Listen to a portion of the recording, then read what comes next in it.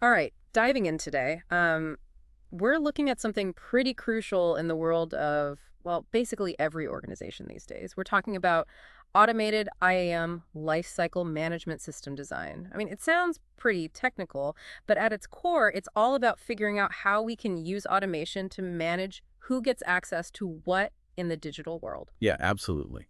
And it's not just about convenience. It's about creating a system that's both incredibly secure and way more efficient than the old ways of doing things. Right. And that's why this is so important. It's not just some IT thing happening in the background. This impacts every single person who interacts with digital systems, whether they realize it or not. So we've got this dense pasted text we're working with today. It covers everything from the nuts and bolts to how you scale this kind of system for massive organizations. And our goal is to break it down, make it clear, and highlight why it matters. Because honestly, understanding the core elements and the benefits, that's what really helps people grasp the power of this automated approach. Okay, so let's get into it. The text starts with the idea of a central identity repository.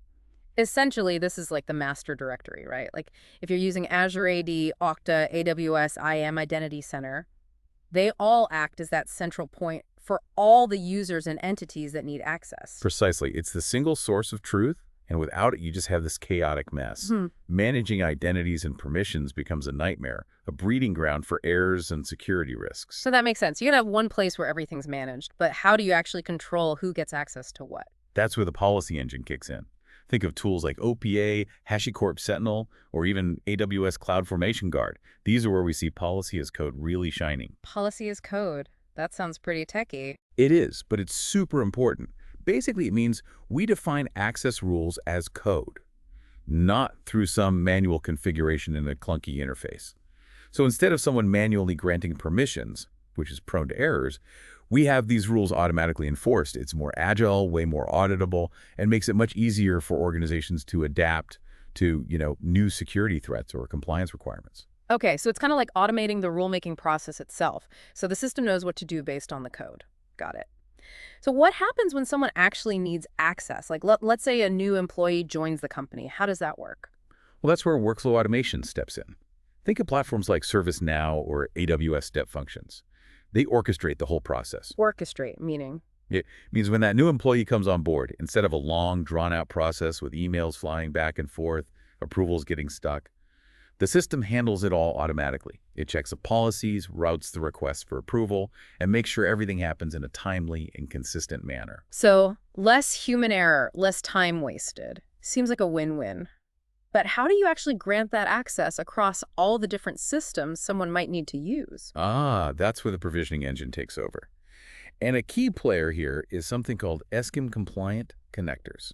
SCM, what's that all about? SEM, or System for Cross-Domain Identity Management, it's basically a common language that different identity systems can use to talk to each other. So whether it's your HR system, your email platform, or a cloud application, they can all communicate about who needs access to what. So it's like a universal translator for identity systems. Makes sense. And this all happens seamlessly thanks to SCM. Exactly. And to make sure all these components are talking to each other in real time, we often use an integration hub built around an event-driven architecture. Think of tools like Kafka, EventBridge, or EventGrid. Real-time communication. Yeah. What's the advantage of that? Well, think of it like this. When an employee's role changes in the HR system, that event triggers an immediate update in the IAM system. That update then ripples out to all connected applications, keeping everything in sync. So no more waiting for someone to manually update permissions, which could lead to security gaps. Makes sense. The faster things update, the less chance for things to fall through the cracks. Okay, so we've covered the main components. Let's talk about some of the key automation workflows themselves. JML automation, joiner, mover, leaver. Seems pretty straightforward, right? Yeah, that one is. It's all about automating the access lifecycle based on what's happening in the HR system. When someone joins the company, changes roles, or leaves, the IAM system automatically adjusts their permissions accordingly. And because it's tied to the HR system, it all happens automatically. So you don't have people forgetting to revoke access when someone leaves, for example. That's a big security risk. Exactly. JML automation is a huge win for both efficiency and security. And then you have things like role mining, often done with tools like SailPoint or CyberArk. It's about analyzing how people are actually using systems and then figuring out the most efficient and least privileged roles. Least privileged roles, what does that mean exactly? It's about making sure people only have access to what they absolutely need to do their job. No more, no less. Role mining helps organizations refine those role definitions, which minimizes the risk of someone having access they shouldn't. Right, that makes sense. So how do you make sure those access rights stay appropriate over time? That's where certification campaigns come in. Think of them as regular access reviews. And automation plays a big part here too, by streamlining the process of figuring out who needs to review what and making sure those reviews actually happen. So it's not just about the initial setup, it's about ongoing maintenance and making sure everything stays secure. Absolutely.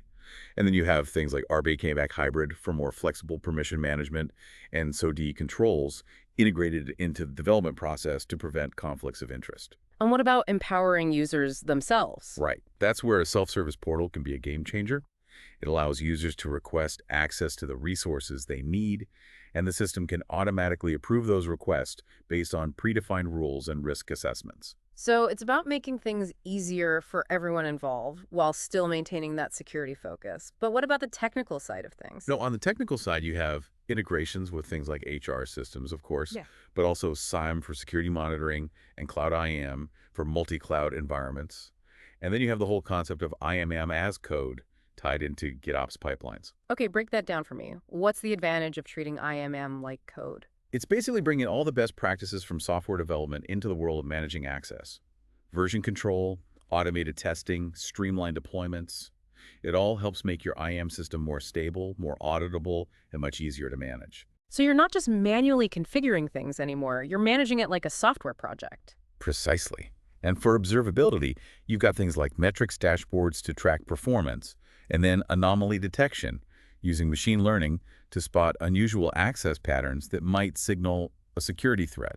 Wow, so it's even using AI to help protect things. That's pretty impressive. But how does all this scale for really large organizations? That's where things get even more complex. You need multi-region design for global reach, delegated administration to distribute those management responsibilities effectively, and strategies for managing hybrid identity across on-premise and cloud environments.